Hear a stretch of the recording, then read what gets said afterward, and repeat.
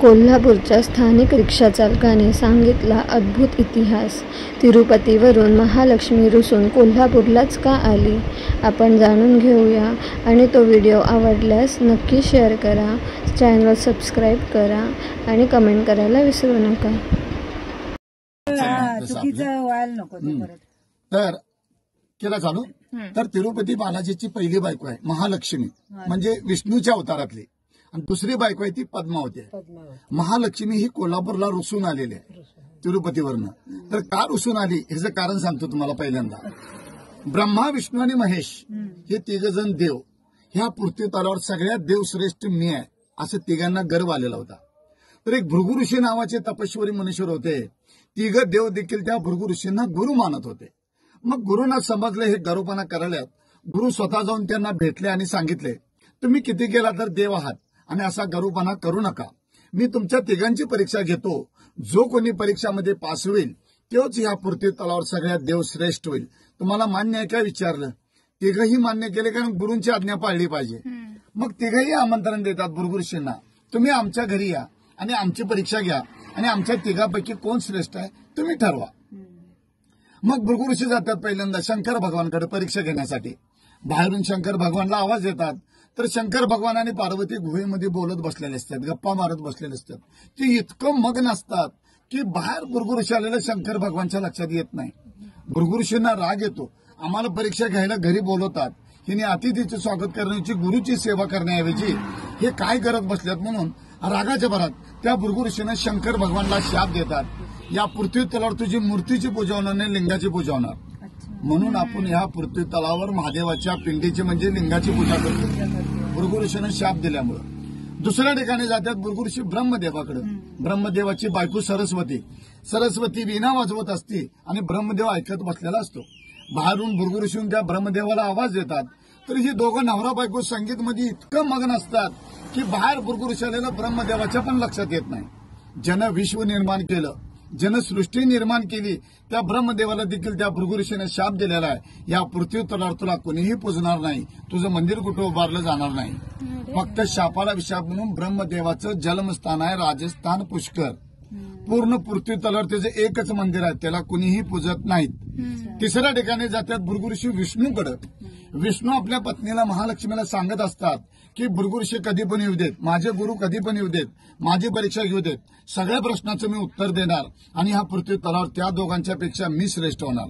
हे आपल्या पत्नीला महालक्ष्मीला सांगत असताना भृगु ऋषी ऐकतात. मी परीक्षा घ्यायच्या अगोदर आपल्या बायकोला मोठेपणा सांगायला म्हणून त्या भृगु ऋषीने विष्णूच्या छातीवर इथे लाद घातलेल्या. कधी बालाजीला योग आला तुम्हाला जाण्याचा पुढे भविष्यात, तर तुम्हाला तिथं सगळं बघायला मिळेल. भृगु ऋषीने विष्णूच्या छातीवर पाय ठेवलेला आहे. त्यावेळेला भृगु ऋषीला विचारतो, विष्णू गुरुवर हे तुम्हाला कुठं लागलं का? महालक्ष्मीला राग येतो. तुम्ही एवढं देवादेव श्रेष्ठ म्हणून मला सांगतायसा, तुमच्या छातीवर त्यांनी पाय ठेवलं आणि तुम्ही त्यांनाच विचारताय लागलं काय म्हणून. माझा अपमान झाली म्हणते, ते क्षण देखील थांबणार नाही. त्यावेळेला विष्णू म्हणतो, त्या भृगु ऋषीनं माझ्या गुरुनं माझ्या छातीवर पाय ठेवलं, तुझा अपमान कसा झाला? त्यावेळेला ती म्हणते, मी तुमची धर्मपत्नी आहे आणि तुम्ही मला एक लग्नात वचन दिलतं की सदैव तुझं स्थान माझ्या हृदयात ठेवेन म्हणून. ते आता पाय ठेवल्यामुळे ते हृदय भ्रष्ट झाले म्हणले आणि त्या पायाखाली ही महालक्ष्मी राहू शकत नाही म्हणली. या कारणानं तिरुपतीवरनं महालक्ष्मी कोल्हापूरला रुसून आली. रुसून येताना देखील महालक्ष्मी रागाच्या भरात आपल्या नवऱ्याला शाप दिलेला आहे की तुमचं दुसरं लग्न होणार, तुम्ही कुबेरकडनं कर्ज काढणार, ते कर्ज माझे भक्त लोक कोण फेडणार. आणि महालक्ष्मीची अट अशी होती, अजून देखील आहे, जोपर्यंत त्या पृथ्वीवरचे सर्व लोक ज्यावेळेला तुमच्या दारूण मुंडन करतील त्यावेळेस तुम्ही कर्जातून मुक्त होणार. पृथ्वी तलावरचे सर्व लोक काय जाऊ शकत नाहीत. म्हणून तिरुपती बालाजी अजून कर्जामध्ये असं मानलं जातं. आणि जो कोणी भक्त तुमच्या दरबार येऊन मुंडन करल, केस दान करल, त्या भक्ताला मी कर्जात कधीच ठेवणार नाही, हे महालक्ष्मीचं वाक्य आहे. म्हणून तिरुपतीला गेल्यावर टक्कल करून यायचं असतं.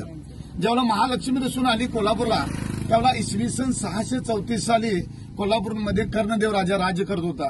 म्हणजे महाभारतातला नव्हे, त्याच्या आधीचा.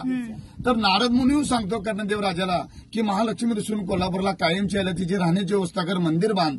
त्यावेळेला हे मंदिर बांधलं गेलं 1383 वर्षापूर्वी. महालक्ष्मीचं दैत्याकडून बांधून घेतलेलं आहे.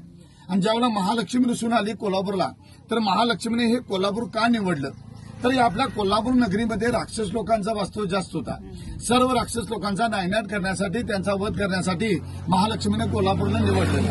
आणि ज्यावेळेला महालक्ष्मी कोल्हापूरला स्थायिक झाली त्यावेळेला रत्नासूर नावाचा एक राक्षस महालक्ष्मीच्या भक्तांना त्रास देऊ लागलेला होता. तर महालक्ष्मीने ठरवलं या रत्नासुराचा आपण पहिला वध करायचा आणि मग बाकीच्या राक्षसांचा वध करायचा. पण त्या रत्नासूर नावाच्या राक्षसानं शंकर भगवानकडनं तपस्या करून त्यांना प्रसन्न करून त्यांच्याकडनं एक वर मागून घेतलं होतं. भोळा शंकर प्रसन्न झाला की कुणाला काहीही वर देतो.